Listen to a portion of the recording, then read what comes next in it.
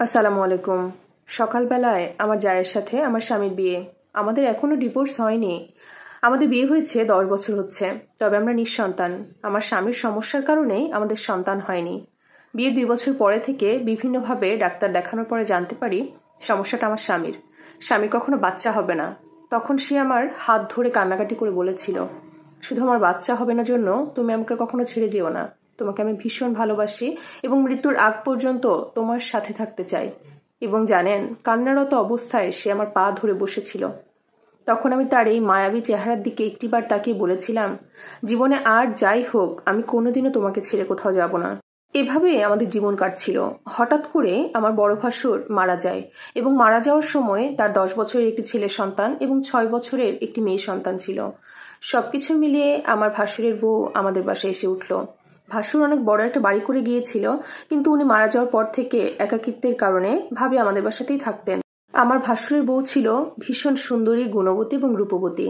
মূল কথা, তার আচরণ যে এত অমায়িক, দেখলে যে কেউ মুগ্ধ হয়ে যাবে। সে মাঝে মধ্যে আমাদের এখানে থাকতো, আবার মাঝে মধ্যে তার বাড়িতে চলে যেত। আমার স্বামীকে তার ছেলেমেয়েরা ছোট আব্বু বলেই ডাকতো। অনেক আদর করতো, অনেক ভালোবাসতো। মাঝে মধ্যেই ছেলে মেয়েগুলো আমার বাসায় এসে থাকতো।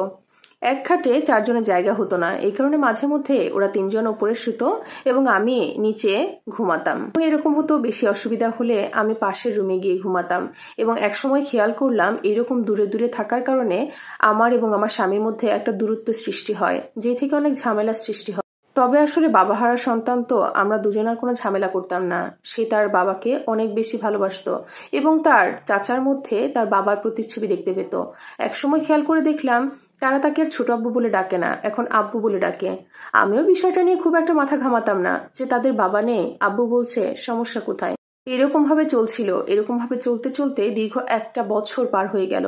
আমি খেয়াল করে দেখলাম আমার শাশুড়ি এখন আর আমাকে খুব একটা ভালোবাসে না। ভালোবাসারও কথা না, বড় যাকে বেশি ভালোবাসে। কারণ কি জানেন? কারণ আমার বড় যা আমার খালা শাশুড়ির মেয়ে, আমার শাশুড়ির বোনের মেয়ে। তাকে পছন্দ করে অনেক শখ করে এই বাড়ি বড় বউ করে নিয়ে এসেছিল। আর আমার বিয়েটা হয়েছিল পারিবারিকভাবে দেখাশোনা করে।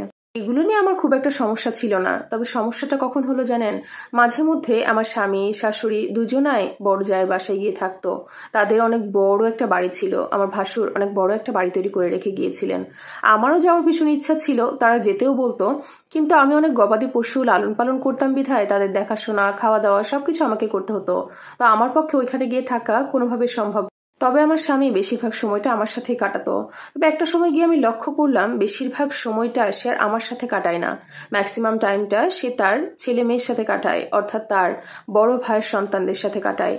এরকম ভাবে চলছিল। তাকে এইগুলো নিয়ে কথা বললে সে ঝামেলা করতো, রাগান্বিত হতো এবং আমার গায়ে হাত তুলতো। এর জন্য আমি আর কোনো কথা বলতাম না।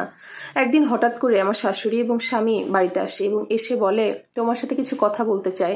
আমি বলি, বলেন। তখন বলে, দেখো, আমি সিদ্ধান্ত নিয়েছি আমার ছোট ছেলের সাথে বড় বউয়ের বিয়ে দিব। আমি তো আকাশ থেকে পড়লাম। বলল, ওরও সন্তান রয়েছে, সন্তানরাও বাবা পাবে এবং আমার বড় বউকেও একলা থাকতে হবে না। তুমি যদি এগুলো নিয়ে মেনে থাকতে পারো তো থাকো, আর না হলে তোমার দিনমোহরে যে 1 লক্ষ টাকা পাবে, সে 1 লক্ষ টাকার জায়গায় আরো 2 লক্ষ টাকা বেশি দিচ্ছি। 3 লক্ষ টাকা নিয়ে তুমি চলে যাও। তার কথাগুলো শুনছিলাম আর আমার স্বামী আমার সামনে এসে আমার চোখের দিকে তাকিয়ে বলল, তোমার কোনো কিছুর অভাব হবে না, তোমাকে টাকা পয়সা যা খরচ লাগে সবকিছুই আমি দেব, তোমার কোনো অযত্ন হবে না, তুমি সবকিছু মেনে নিয়ে থাকো। আমার স্বামী যখন এই কথা বললো না, আমি কিছুই বুঝছিলাম না। তার দিকে শুধু অবাক দৃষ্টিতে তাকিয়ে থাকলাম। আসলে আমার বাবা মা নেই, আমি তাকে ডিভোর্স দিয়ে বা যাবোটা কোথায়? স্বামীর এই বেইমানিটা আমি কোনোভাবে মেনে নিতে পারছিলাম না। শুধু আল্লাহর কাছে কান্নারত অবস্থায় বলছিলাম, আল্লাহ, তুমি কি আমার কপালে শুধুমাত্র এগুলোই লিখে রেখেছি?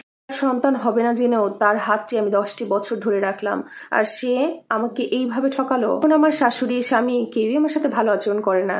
আমার শাশুড়ি তো মাঝে মধ্যেই আমাকে বলে, এরকম ভাবে থাকার চেয়ে ডিভোর্স দিয়ে চলে গেলেই তো পারো। এখন শুধুমাত্র আল্লাহর কাছে একটি প্রার্থনা করি, কবে এই পৃথিবীর মায়া ত্যাগ করে আমি পরপারে চলে যাব, সেই অপেক্ষায় দিন গুনছি। এটা একটা আপুর বাস্তব জীবনের ঘটনা।